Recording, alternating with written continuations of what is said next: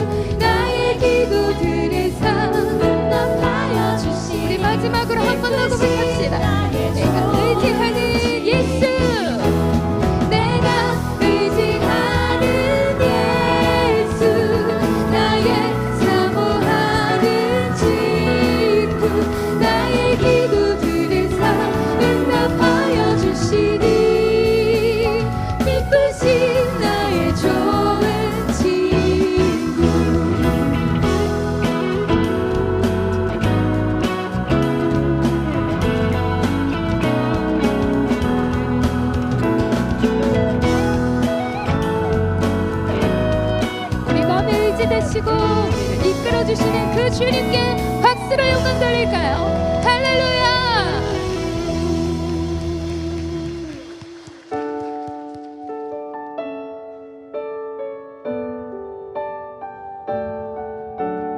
우리 가운데 주님의 사랑이 넘치기를 기대하시면서 함께 찬양합시다. 사랑이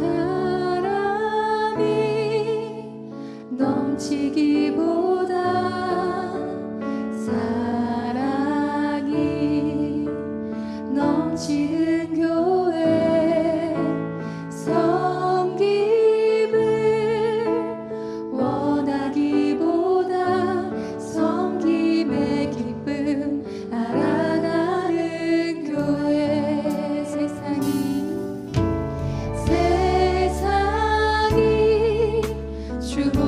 주목하기보다 주님이 주목하는 교회 화려한 겉모습보다 중심이 주를 향한 교회 주님이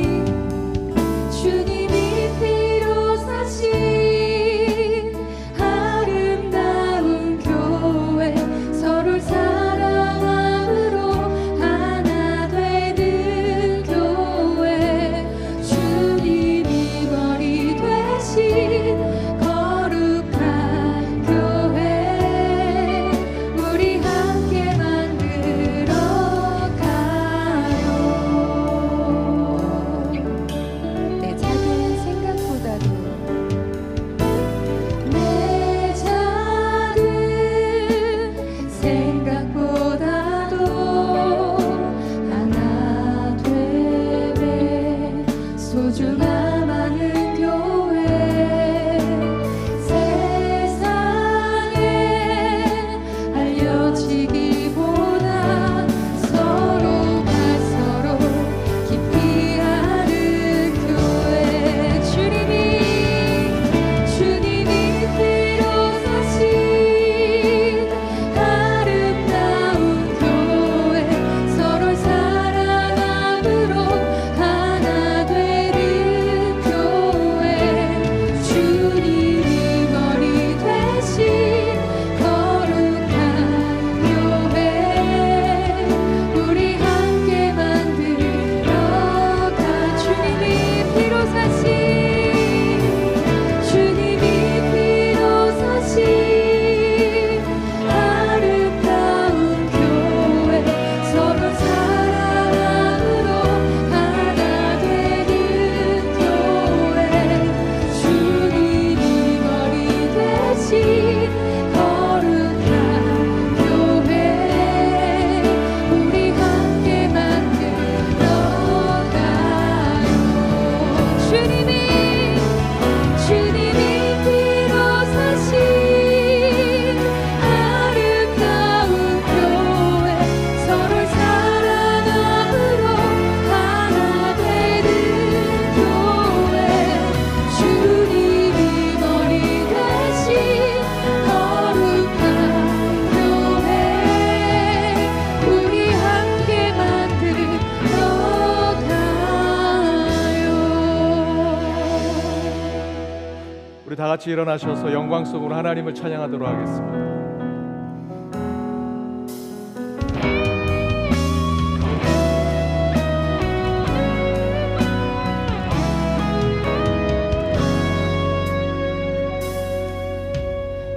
지금은 비록 땅을 못하며 살지라도 내 영혼 저 하늘을 디디며 사네. 내 주님 계신 눈물 없는 곳 저 하늘에 숨겨둔 내 소망인데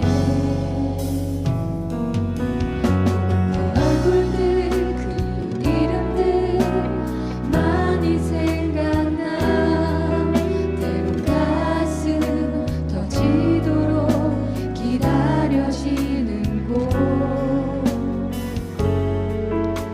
내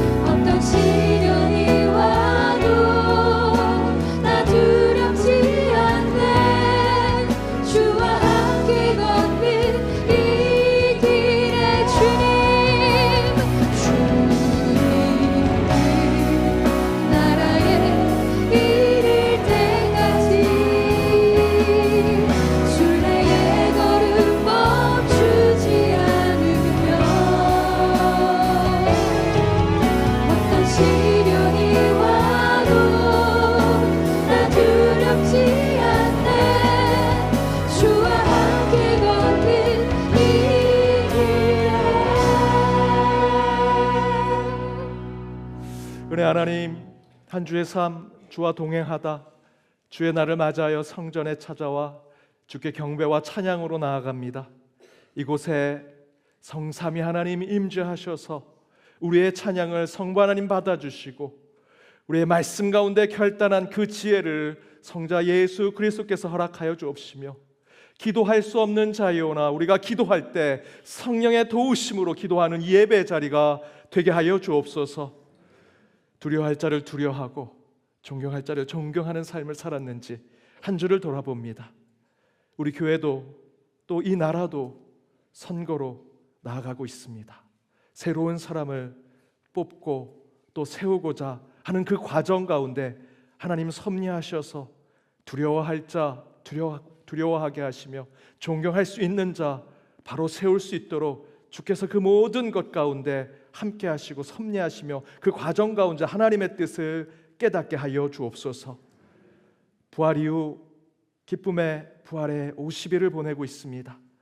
성령의 약속을 기다리고 소망하며 나아가는 오늘 이 예배 가운데 불의 혀와 같은 성령이 예배자 한 사람 한 사람 머리에 임하게 하여 주옵시고 방언을 하게 하시며 그 방언으로 세상에 복음을 전하는 주의 사람들 이곳에 채워지게 하여 주옵소서.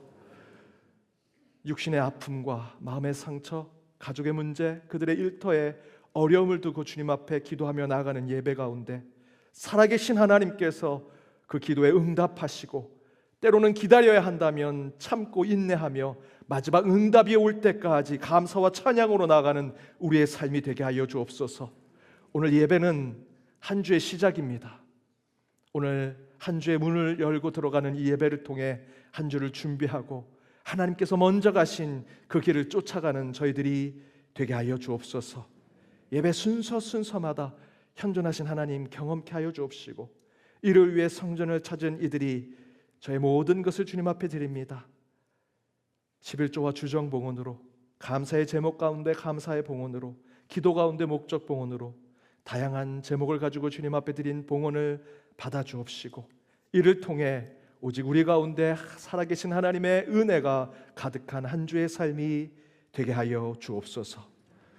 이 자리에 설 수 없는 저희들 죄인으로 서 있습니다. 그러나 십자가에서 흘러나오는 보혈로 저희를 깨끗게 하여 주실 줄 믿사오니 주님의 한없는 긍휼과 자비를 이 예배의 시간 베풀어 주옵소서.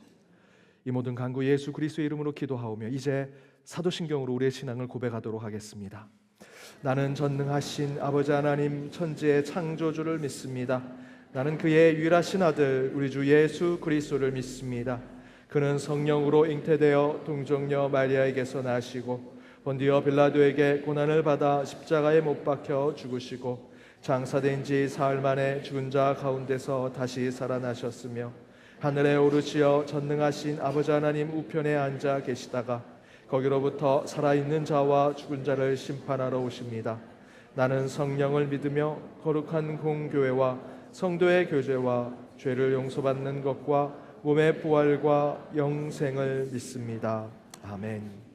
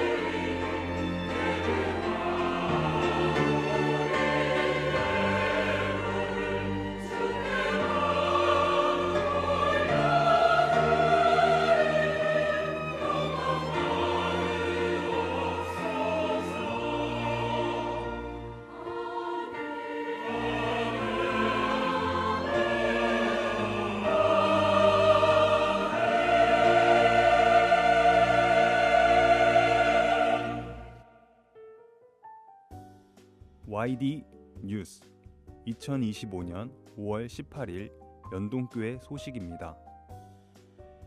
오늘은 청년주일입니다. 다음 주일 오후 예배는 트리니티 워십밴드 주간 찬양 예배로 드립니다. 다음 주일 오후 예배 후 위즈덤 하우스에서 방해로 모입니다. 지난 장로 선거에서는 강석주 협동장로, 이규성 안수집사, 박종화 안수집사, 정금실 권사, 김찬진 안수집사, 장동철 안수집사, 김영기 안수집사, 임한희 안수집사께서 장로로 피택되었습니다. 오늘은 안수집사 10인 및 권사 20인 선출을 위한 공동의회로 속회합니다. 연동교회 교인으로 18세 이상, 입교 세례 교인이면 누구나 투표에 참여할 수 있습니다. 교회 마당 지정된 장소에서 스마트 성도 앱, 교인증 QR코드로 선거권을 확인하고 투표용지를 받아 기표소에서 투표 후 반으로 접어 투표함에 직접 넣어주시면 됩니다. 교회 소식이 알차게 담겨있는 연목골 4, 5월호가 나왔습니다. 교회 홈페이지 및 스마트 성도 앱에서 보실 수 있습니다. 성도님들의 많은 관심을 부탁드립니다. 청소년 주일학교 소식입니다. 영아부에서 출산을 앞둔 부모를 위한 임산부 축복기도를 진행합니다. 다음 주일 오전 11시 30분 가나의 집 3층에서 모이며 문의는 이현승 집사께 해주시기 바랍니다. 은퇴권사회 수련회로 벽초지 수목원을 다녀옵니다. 이번 주 목요일 오전 9시 30분 드보라의 방에 모여 출발합니다. 이번 주 금요일 오전 10시 30분 교구 전체 모임이 본당에서 있습니다. 내일부터 5월 28일 수요일까지 연동교회 부활의 동산 진입로 일부 구간 포장 공사를 진행합니다. 공사 이후 당분간 차량 통행을 통제할 예정이오니 동산 이용에 참고해 주시기 바라며 자세한 내용은 주보 9쪽을 참고해 주시기 바랍니다.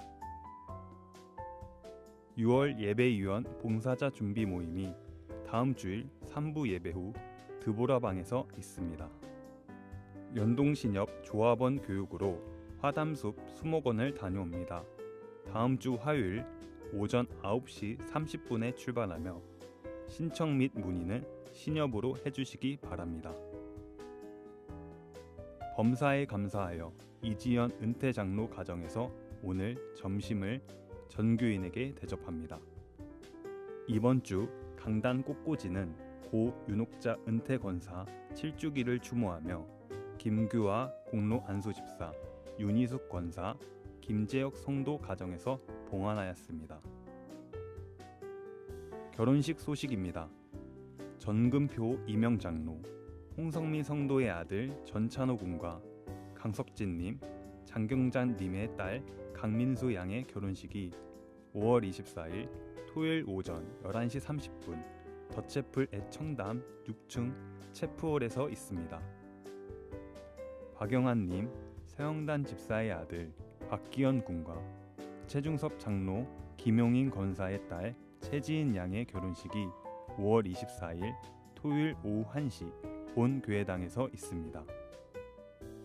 조규환 선교사, 이미숙 선교사의 딸 조은채 양과 우승환님, 박가란님의 아들 우동규 군의 결혼식이 5월 24일 토요일 오후 3시 파티움 하우스 수원 3층에서 있습니다. 성도 여러분의 많은 축하를 부탁드립니다. 오늘도 은혜로운 주일 되시기 바랍니다. YD 뉴스. 오늘은 청년주일로 지킵니다. 지금 방금 들으신 광고는 우리 하이청년부 회장인 김민성 군이 오늘 나레이션으로 도와주셨습니다.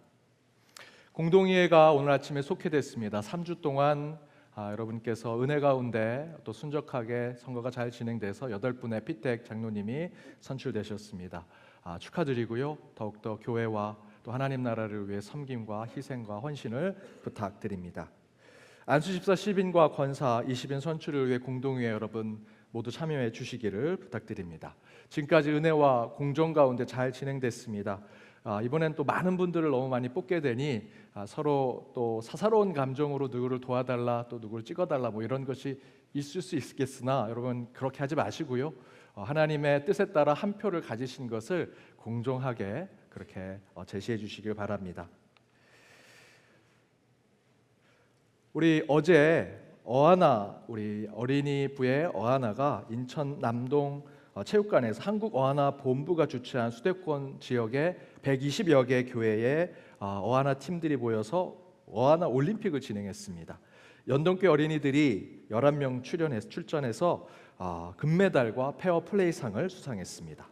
수상자 명단은 개현준, 김유진, 김사랑, 김하슬, 박시환, 주진현, 정희수, 정호영, 한주은, 한나은, 홍다혜입니다. 저희가 작년에 첫 출전해서 두 번째 해 금메달에 더 마음이 기쁜 건 페어플레이상을 받았습니다. 최선을 다해 준비해서 좋은 결과를 얻은 우리 자녀들, 어린이부 또 어하나에 모두 있는 친구들 아낌없는 격려와 응원 또 기도를 부탁드립니다. 함께 있지 못하지만 우리 박수로 축복해 주시면 감사하겠습니다.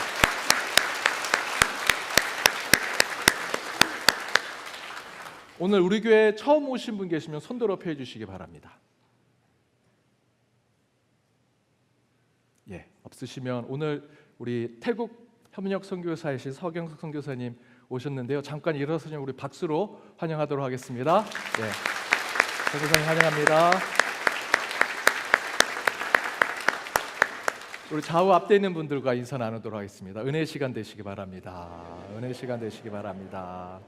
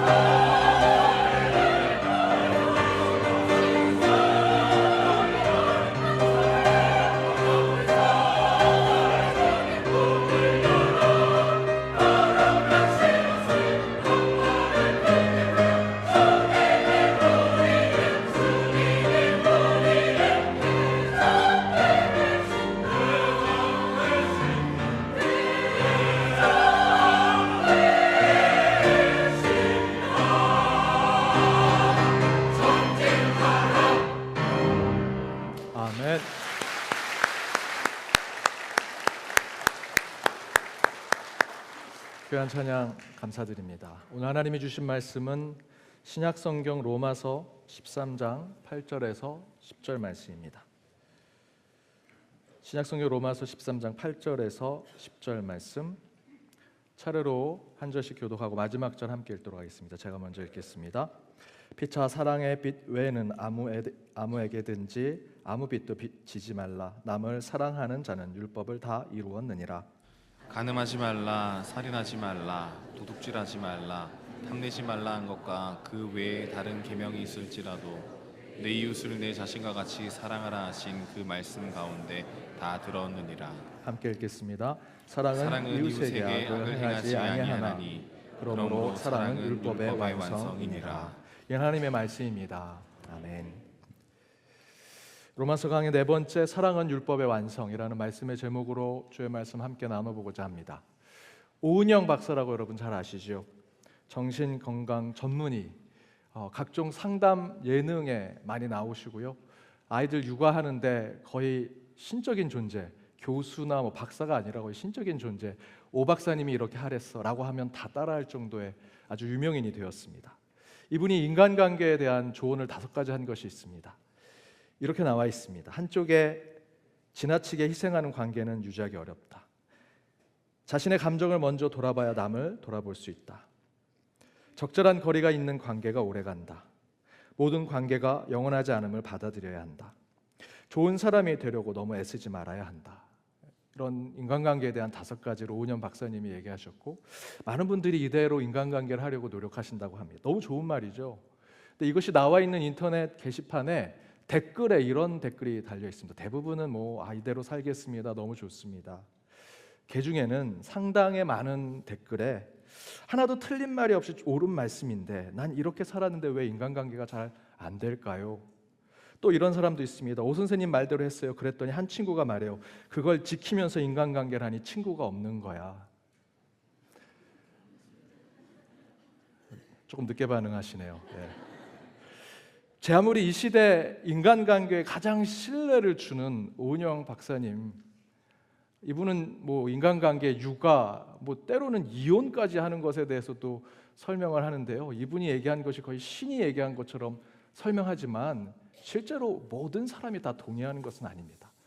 모든 사람이 다 만족할 수 있는 얘기를 하는 것은 아니죠. 하나님도 유일하게 해결하지 못하는 인간관계가 있습니다. 고부간의 갈등, 시어머니, 며느리의 관계. 어느 목사님이 설교 때 고부간의 갈등을 해결할 수 있는 방법은 한 가지다. 하나님이 그 사이에 계시면 된다.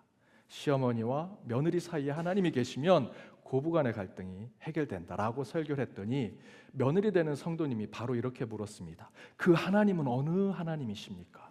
내가 기도한 하나님입니까? 시어머니가 기도한 하나님입니까? 하나님도 참 해결하기 힘들지요.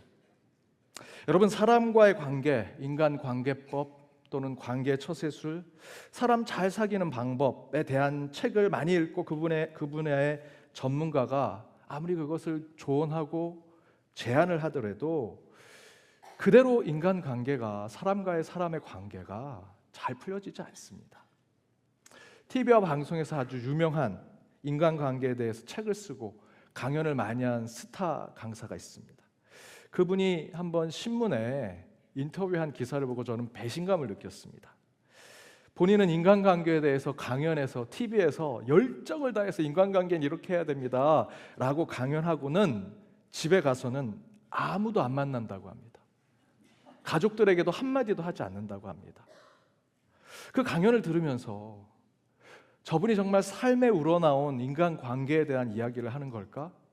그저 단순한 기술 또는 지식에 관련된 것만 우리에게 전한 것이 아닌가? 라는 생각에 굉장한 배신감을 느꼈습니다. 그런데 이런 비슷한 오해와 착각의 역사가 이루어진 것이 있습니다. 유대인들의 율법입니다.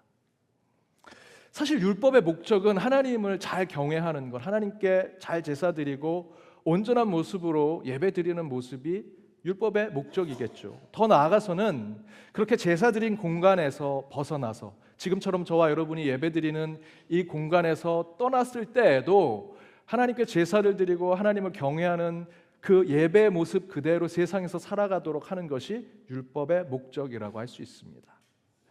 그런데 그 율법이 어느 순간에 하나님 자리에 앉게 된 겁니다. 율법이 우상이 된 것이죠.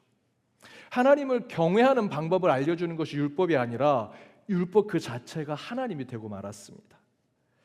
그렇게 믿고 살아가는 것이 유대교인들이지요.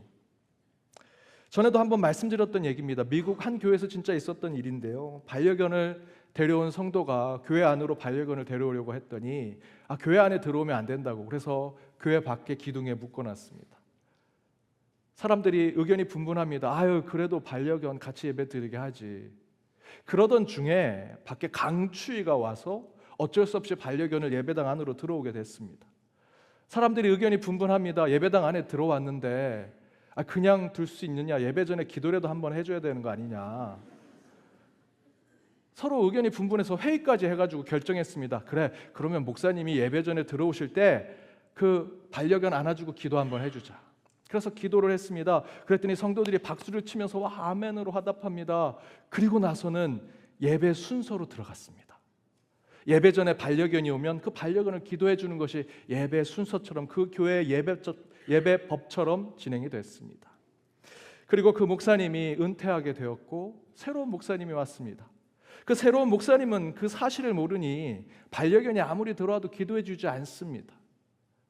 그러자 성도들이 묻습니다. 왜 예배 순서인 하나인 반려견에게 기도해 주는 기도를 왜 안 하냐고. 그러자 그 목사님이 이렇게 얘기합니다. 예배는 예배자인 우리 사람이 하나님께 영광을 돌리는 거지. 그리고 그 하나님께서 이곳에 임재하셔서 예배자인 한 사람 한 사람에게 축복을 주는 것인데 왜 반려견에게 기도를 합니까? 그러자 교인들이 이 목사를 예배 순서, 예배법, 예배의 율법을 지키지 않는다라고 하는 이유로 교회에서 쫓아내버립니다. 혹시 저와 여러분 현대의 교회도 유대교가 잘못 생각하고 있는 율법에 대한 생각들이 우리 신앙 가운데 있지 않은지 생각해 볼 필요가 있습니다. 이에 연결해서 여러분 십계명, 그 십계명의 율법의 목적이 무엇입니까? 역사의 배경대로 본다면 처음 모세가 시내산에서 하나님으로부터 받은 이 십계명을 가지고 왔을 때 가장 근원적인 목적은 하나님께서 이스라엘 백성들을 애굽에서 출애굽해 주셔서 그 하나님께서 약속하신 거룩한 땅에 들어가게 하기 위해서 내가 거룩하니 너희도 거룩하라 라고 하는 주님의 말씀대로 이스라엘 백성들을 거룩하게 만들게 하기 위해서 이 율법, 특별히 이 십계명을 통해서 이스라엘 백성들을 거룩하게 만들어 주셨죠. 또한 십계명 주시기 직전의 말씀에 보면 또 다른 목적이 있습니다. 출애굽기 19장 5절에서 6절 말씀입니다. 우리 함께 읽어보겠습니다. 세계가 다 내게 속하였나니 너희가 내 말을 잘 듣고 내 언약을 지키면 너희는 모든 민족 중에서 내 소유가 되겠고 너희가 내게 대하여 제사장 나라가 되며 거룩한 백성이 되리라.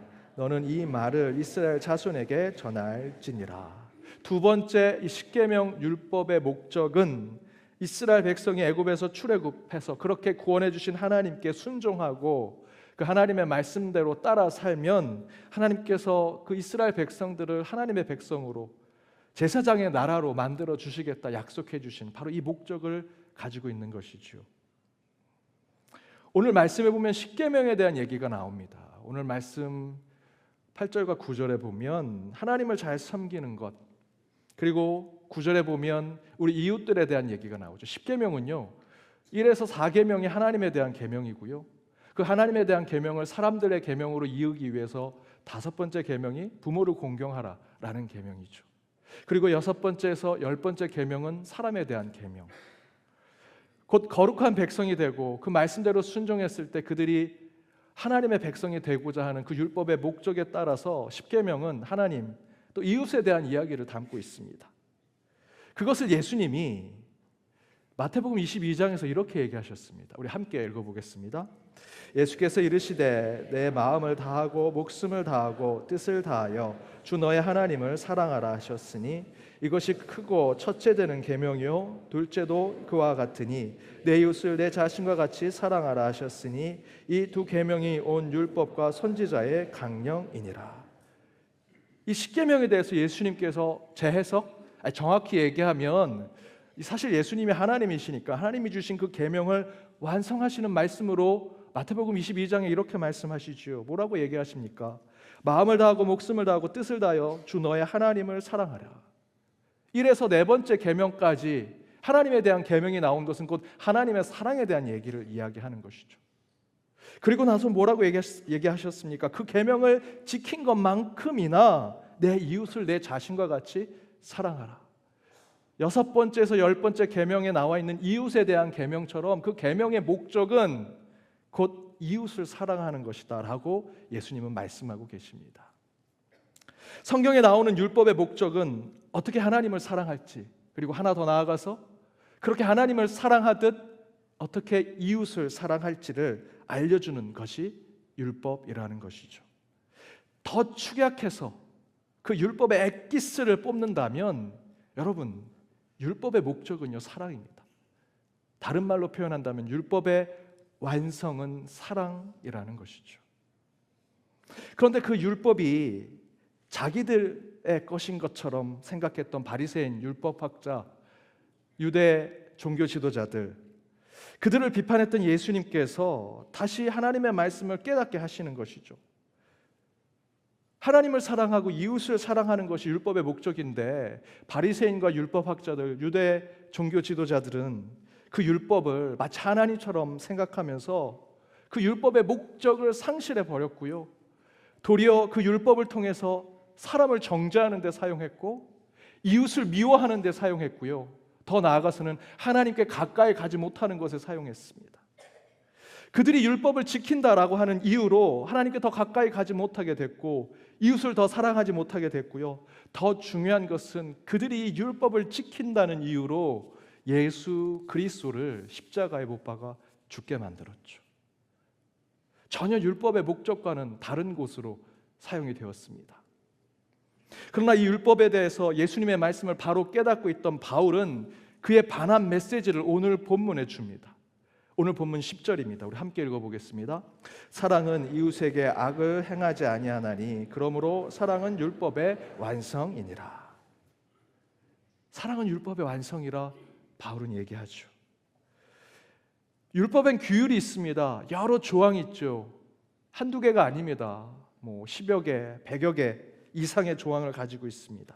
하지만 그런 규율과 계명, 법적으로 어떤 조항을 잘 지킨다고 사랑을 한다라고 얘기할 수 있을까요? 물론 율법의 목적은 사랑이지만 그 사랑의 조항을 다 지킨다고 우리가 진정한 그 율법의 목적대로 사랑하는 자가 될 수 있을까?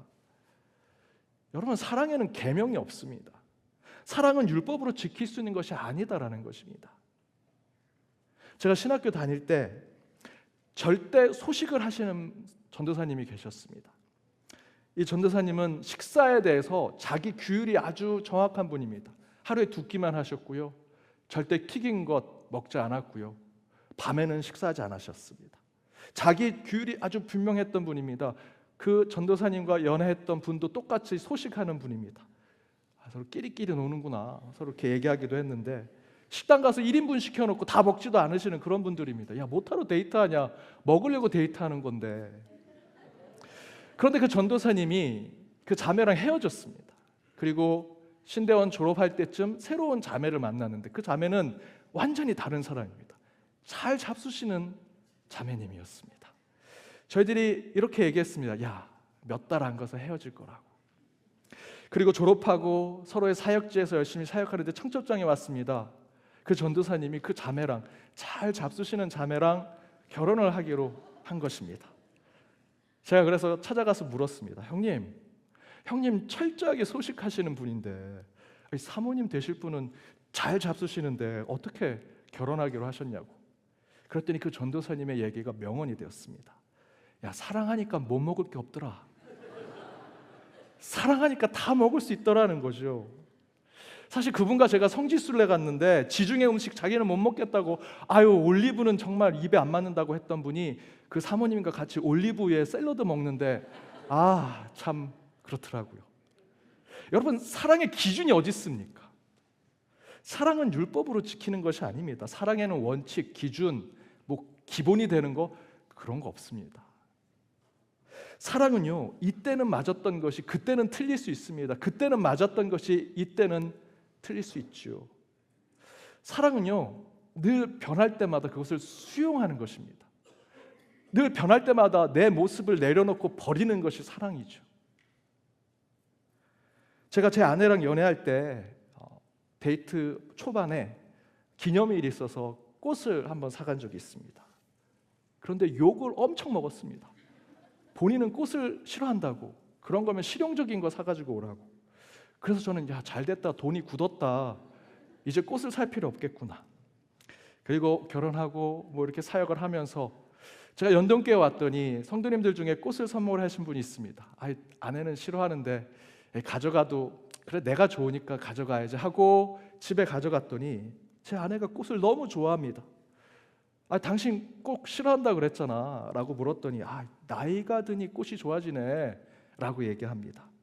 그때 제가 당신 연애할 때 꽃 싫어한다고 했잖아, 그럼 계속 꽃 싫어해야지 라고 율법처럼 얘기했을까요? 그렇게 얘기하면 사랑이 아니죠. 사랑은요, 몇 가지 조항이나 문구로 또는 율법에 나와 있는 그런 법적인 조항으로 사랑을 얘기할 수 있는 것이 아닙니다. 사랑은 늘 변해요. 바뀝니다. 그래서 늘 진정으로 사랑하는 자는 거기에 맞추죠. 같이 어울리려고 하고 그것을 따라가려고 하고. 그래서 사랑은 율법의 완성인 것입니다. 법으로 지키지 아니하나 율법의 목적을 가장 완전하게 지키고 있는 것, 그것이 사랑이기 때문에 그 사랑은 율법의 완성이라는 것입니다. 사랑은요, 이 마음으로 다가가야 합니다.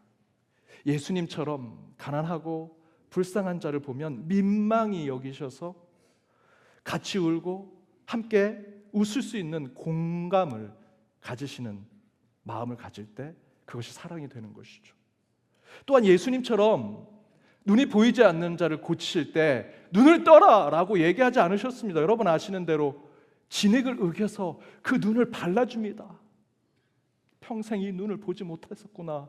함께 울면서 그 눈을 만지시고 비비시고 어루만지시면서 그 눈을 뜨게 하시지요.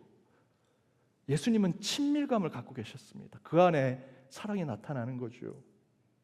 또한 나를 배신하고 뒤에서 모함하고 죽일 방도를 찾는 자일지라도 그가 돌아올 때까지 예수님은 기다리고 또 참으시고 기다리셨습니다. 가룟 유다가 본인을, 예수님을 팔 생각을 했던 거 예수님이 모르셨겠습니까? 다 아셨죠. 그럼에도 불구하고 끝까지 기다리시고 최후의 만찬 때까지 빵에 손을 같이 얹을 때까지 기다리셨습니다. 그렇게 기다리는 것, 그것이 사랑이죠. 또한 아버지랑 같이 살기 싫다고 도망갔던 탕자처럼 그 탕자가 다시 돌아온다는 소식을 듣고 모든 것을 용서하고 뛰쳐나가서 얼싸안고 어루만지면서 야, 내 전부를 내놓고 우리가 잔치를 열다, 잃어버린 내 아들을 다시 찾았다 라고 하면서 모든 것을 희생하고자 하는 그 아버지의 마음, 그 가운데 진정한 사랑이 있는 것입니다. 여기서 나오는 건요, 어느 구문에 어느 율법의 문구에 나와 있지 않습니다. 이 사랑은 어디 있냐면요, 그 예수를 믿는 여러분의 심령 속에 있습니다. 우리 영혼 속에 있습니다. 우리 영혼 속에 있는 것은 율법의 몇 개의 조항으로 설명될 수 있는 것이 아니죠. 그래서 사도 요한은요, 하나님은 사랑이라고 얘기하셨습니다. 하나님은 율법으로 설명되는 것이 아닙니다. 공감하는 마음으로, 친밀한 마음으로, 인내와 희생의 마음으로, 긍휼의 마음으로, 사랑의 마음으로 우리는 하나님을 설명할 수 있습니다. 물론 율법으로는 바리새인과 같은 사람이 나올 수 있죠. 그런데 제 생각에는요, 바리새인들도 그 시대에 연인을 만났다면 그 연인을 율법으로 사랑하지 않았을 것입니다. 요즘 시대로 얘기해 볼까요? 사랑을 해주는 AI 로봇이 있다면 여러분, 그 AI 로봇의 사랑이 진짜 사랑이겠습니까? 여러분 아시는 대로 AI 인공지능 로봇은 철저하게 컴퓨터 알고리즘, 과학을 조금 하신 분들 아시겠지만 컴퓨터 명령어는요, 이진법을 쓰죠. 0과 1. 0과 1의 수많은 반복 속에 생기는 것이 AI 로봇이 선택하는 결정입니다. 컴퓨터 명령어에 따라 행동하는 것이 AI 로봇이라는 것이죠. 따라서 만약에 사랑을 한다는 인공지능 로봇이 나온다면 그 사랑은요, 율법과 명령에 근거한 것뿐입니다. 0과 1 사이에 있는 것뿐이라는 것이죠. 아무리 대단한 처리 능력을 가진 인공지능 로봇이라 할지라도 그 로봇은 컴퓨터 명령어에 따라서 행동하고 반응하는 디지털 율법에 묶인 존재에 불과합니다. 제 딸이 라면이 먹고 싶다 그래서 지난주 혹시 설교가 기억하신 분 아시겠지만 자녀들이 아빠랑 밥 먹는 거 제일 싫어하거든요.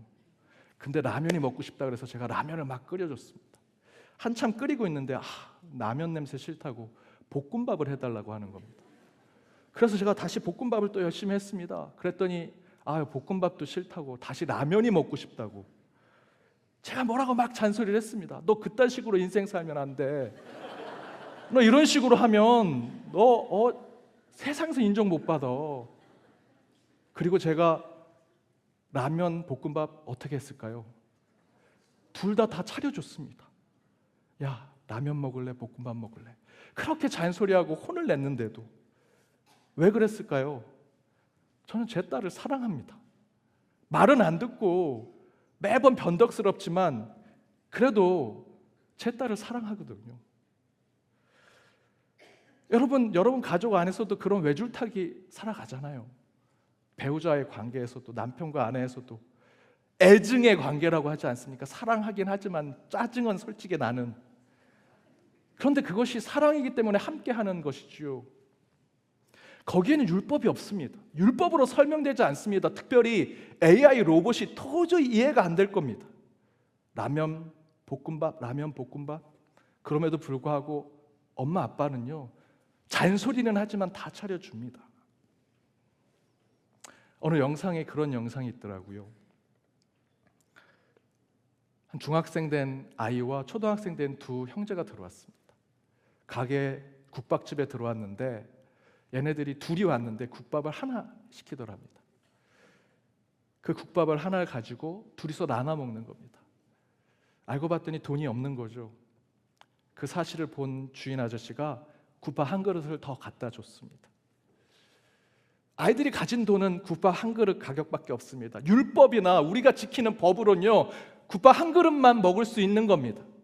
그런데 주인 아저씨는 국밥 한 그릇을 더 갖다 주면서 이렇게 얘기합니다.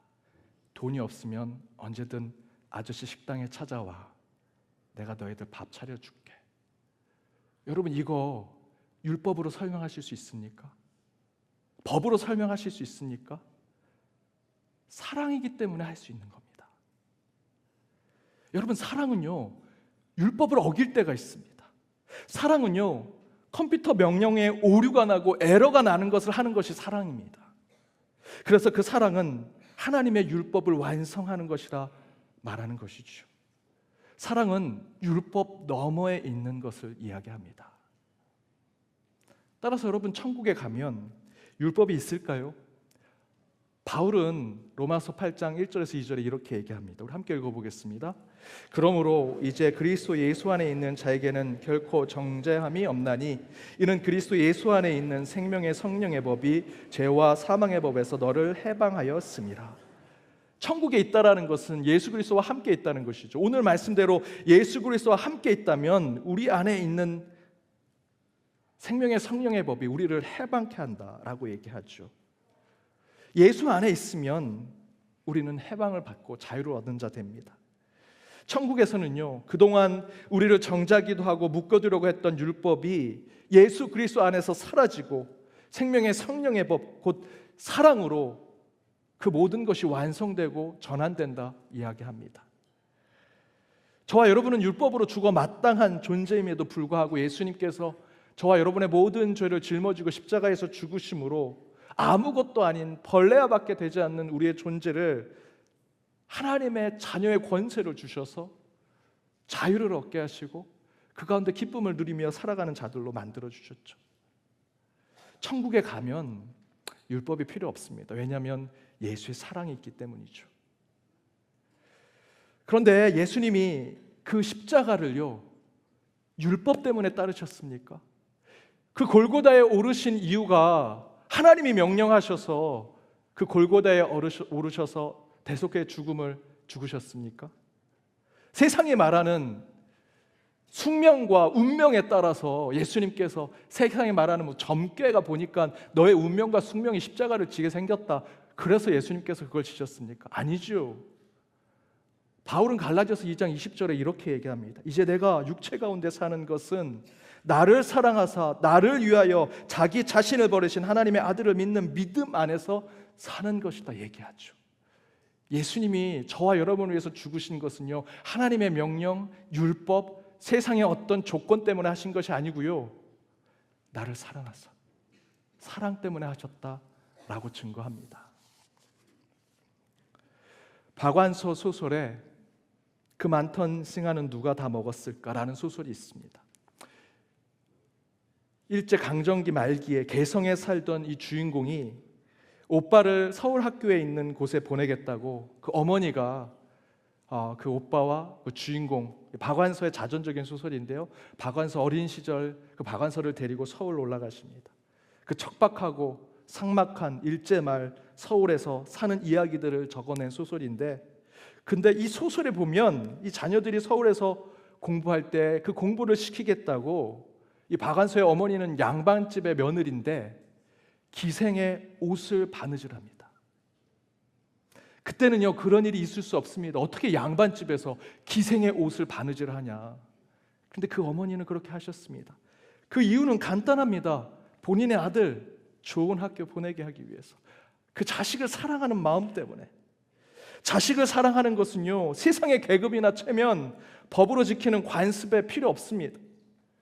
내 자식을 사랑하기 위해선 내가 양반집 규슈라도 기생집의 옷 바느질 할 수 있어 라고 생각한다는 것이죠.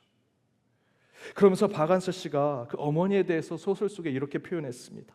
엄마는 우리가 가난하니까 사는 건 문 밖에 살아도 할 수 없지만 자녀들의 학교는 문 안에 있는 좋은 학교에 가야 한다고 했다. 그 엄마가 자녀들을 사랑하는 마음을 이렇게 표현한 거죠. 우리 가난하니까 우리는 울타리가 없는 집에 사는 거 괜찮아, 하지만 너가 다니는 학교는 울타리가 있는 좋은 학교에 다녀야 돼. 이건 제가 해석한 건데요, 제가 2부 예배가 끝났더니 한 분이 제게 설교 피드백을 주셨습니다. 목사님, 이때 당시에 이 의미는요, 문 밖은 사대문 밖이라는 겁니다. 문 안은 사대문 안에 있는 초등학교, 해화초등학교, 효재초등학교, 덕수초등학교.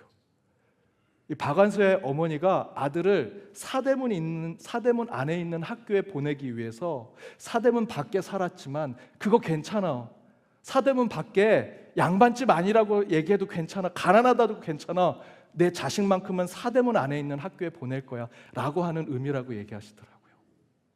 어찌됐든 저는 이 소설의 표현이 이 사랑을 절실하게 표현하는 것이라 생각했습니다.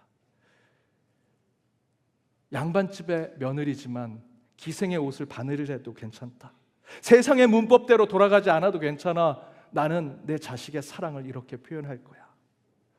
어떤 법으로도 막을 수 없는 부모의 사랑 때문에 나는 가난해도 괜찮아, 너희들이 배고프면 안 돼, 너희들이 배부르면 나는 밥을 안 먹어도 배부른 거야 라고 얘기하시는, 도저히 율법으로는 설명되지 않는 그 사랑으로 지금 저와 여러분이 이곳에 있는 거 아니겠습니까? 이 나라가 왜 이렇게 잘 사는 나라가 됐습니까? 법 때문이 아니고요, 법을 지키지 말라는 말씀을 드리는 것이 아닙니다. 법 잘 지켜야죠. 그러나 그 법을 잘 지켜서 이렇게 잘 사는 나라가 된 것이 아니고요, 계명 잘 지켜서 이 교회가 부흥한 것이 아닙니다. 우리 믿음의 선배, 우리 인생의 선배, 우리의 부모의 세대들이 이 나라를 사랑했고요, 우리 자녀들을 사랑했기 때문에 저와 여러분이 이렇게 잘 살게 된 겁니다. 신앙도 마찬가지입니다. 예수가 없던 땅에 율법이 필요했을지는 모릅니다. 그러나 이제 예수를 마음에 품고 그분이 우리의 삶의 주인임을 고백하는 그리스도인들은요, 그 율법의 완성인 사랑의 삶을 살아내야 합니다. 제가 특세할 때 조금 일찍 왔습니다. 한 새벽 4시쯤에 왔는데 내가 1등으로 왔겠지 하고 교회 왔더니 교회 주방에 불이 켜져 있습니다. 쑥 들어가 봤더니 두 분의 권사님이 그날 성도님들 아침을 대접하려고 준비하고 있는 겁니다. 그분들 누구의 명령대로 오셨을까요? 제가 명령했을까요? 율법에 따라서 거기서 하신 걸까요? 아니요. 성도들에게 맛있는 아침밥을 차려주는 사랑의 마음으로 그 자리에 있었던 겁니다. 주일학교 선생님들 누구도 알아주지 않습니다. 지금 저희들 안수집사 권사 투표하는데요, 가장 불리한 사람이 주일학교 교사라고 얘기합니다. 아무도 알아주지 않는 곳에서 아이들과 서로 부딪히고 힘들게 사역하는, 그 중에 한 분이 본인 휴가를 주일학교 수련회 성경학교 때 다 사용하셨습니다. 그래도 가족들하고 시간을 좀 보내시죠. 그랬더니 가족들하고는 다음에 시간 보내면 되고요, 제가 우리 교회 오는 자녀들이 너무 사랑스러워서 그들과 시간을 좀 가지고 싶었습니다. 제가 명령하지 않았습니다. 교회가 율법으로 만들어 놓은 것이 아닙니다. 그들의 우러나오는 사랑 때문에 그 일들을 감당하는 것이죠. 그것을 보네퍼 목사님은 윤리학에서 이렇게 얘기하셨습니다. 사람의 타락은 선악의 지식 곧 율법의 정죄로 이어졌으나 그리스도 안에서 회복된 인간은 사랑으로 자유롭게 산다. 사랑은 법이 없어도 오직 사랑과 하나님의 합당한 것만을 행한다. 사랑은 더 이상 여러 윤리적 명령 중 하나가 아니라 모든 윤리의 근거가 되고 하나님을 알게 하는 신비로운 힘이 된다. 사랑은 율법 위에 있는 것이고요, 율법 너머에 있는 것입니다. 저와 여러분이 지키려고 하는 윤리와 도덕, 여러분의 삶의 관습 그 너머에, 그 근간에 사랑이 있을 때 저와 여러분의 삶이 그리스도인의 삶으로 살아낼 수 있는 것이죠. 이처럼 율법, 도덕, 윤리, 세상의 규율을 뛰어넘는 오직 그것들의 근거가 되는 사랑의 신비를 저와 여러분의 삶에 실천해서 율법을 사랑으로 완성하는 연동의 모든 권속들 되시길 주님의 이름으로 축복합니다. 이 시간 우리 찬양으로 함께 결단하며 나아가겠습니다.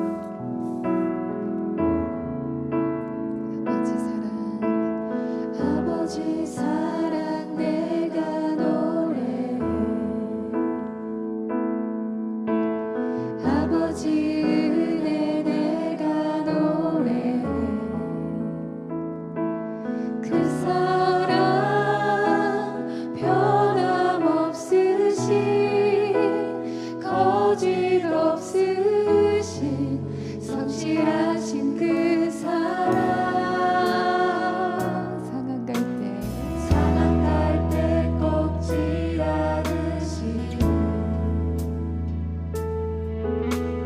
꺼져가는 등불 끄지 않는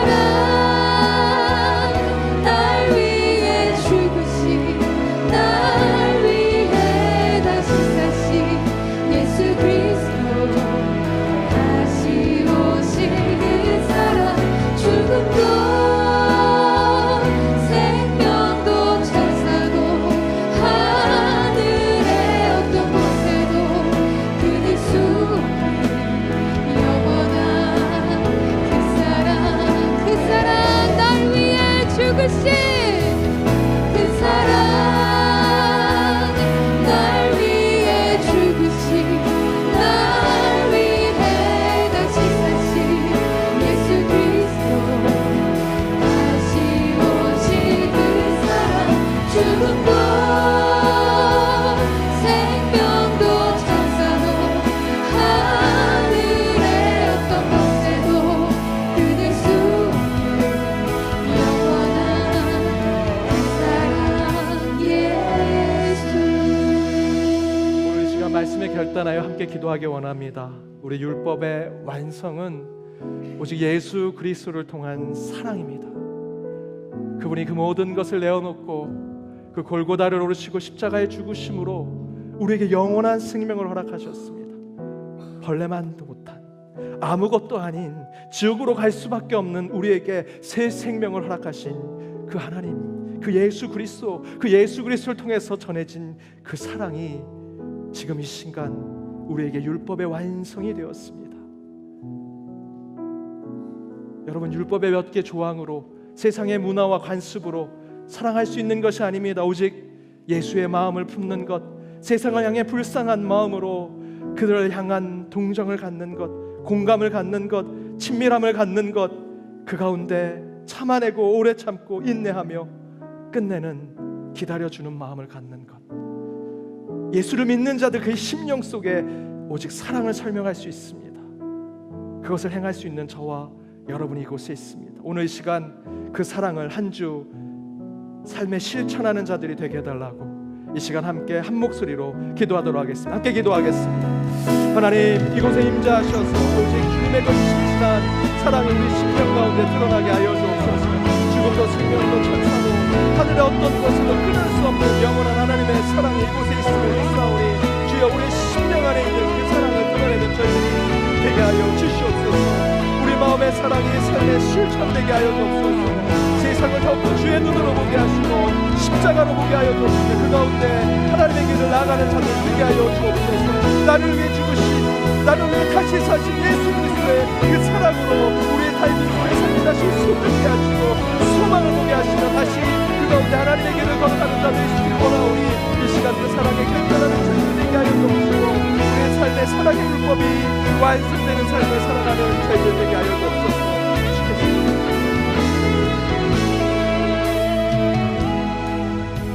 사랑의 하나님, 주님께서 오늘 이 자리에 저희를 불러주셨습니다. 목적이 있으리라 믿습니다. 허투루 온 것이 아니고요, 이 가운데 말씀 가운데 결단케 하시고 한 주 살아갈 기적을 보여주실 줄 믿습니다. 아브라함의 하나님, 이삭의 하나님, 야곱의 하나님, 죽은 자의 하나님이 아니라 산 자의 하나님께서 우리의 삶을 주관하셔서 율법의 조항 몇 개로 사랑의 삶을 살아내는 것이 아니라 우리 마음에 계신 성령을 통해 우리에게 영생을 주신 주 예수 그리스도의 십자가로 그 사랑을 완성하는 저희들이 되게 하여 주옵소서. 육신의 아픔, 마음의 상처, 여러 기도의 제목을 가지고 주님 앞에 나아갔던 이 예배를 통해 그들을 가운데 응답을 주시고 한 주 살아가는 중 응답이 있을 때 감사와 찬양을 허락하여 주옵시며 매 순간 앞에 있는 홍해와 같은 것이 갈라지는 기적을 체험하는 주의 백성들 되게 하여 주옵소서. 이제 세상으로 나아갑니다. 그 걸음 가운데 주께서 동행하셔서 다시 이 성전에 찾아올 때까지 살아계신 하나님과 함께하는 삶을 살게 하여 주실 줄 믿사오며 이 모든 간구 예수 그리스도의 이름으로 기도하오며 지금은 우리 주 예수 그리스도의 은혜와 하나님의 크신 사랑과 성령님의 감화감동 교통 역사하심이 율법을 사랑으로 완성하신 예수 그리스도를 찬양하고 경배하며 우리 삶의 영적인 자유와 자원하는 마음으로 참된 사랑의 율법을 완성해 나가기로 다짐하며 나아가는 모든 연동의 권속들과 그들의 가정, 그들의 일터, 하나님께서 너무도 사랑하시고 하나님의 꿈을 이루시고 성취하는 우리 연동교회, 더불어 해외 곳곳에 있는 연동의 디아스포라와 이 나라 이민족 위에 이제로부터 영까지 함께 하옵시기를 간절히 축원하옵나이다. 아멘.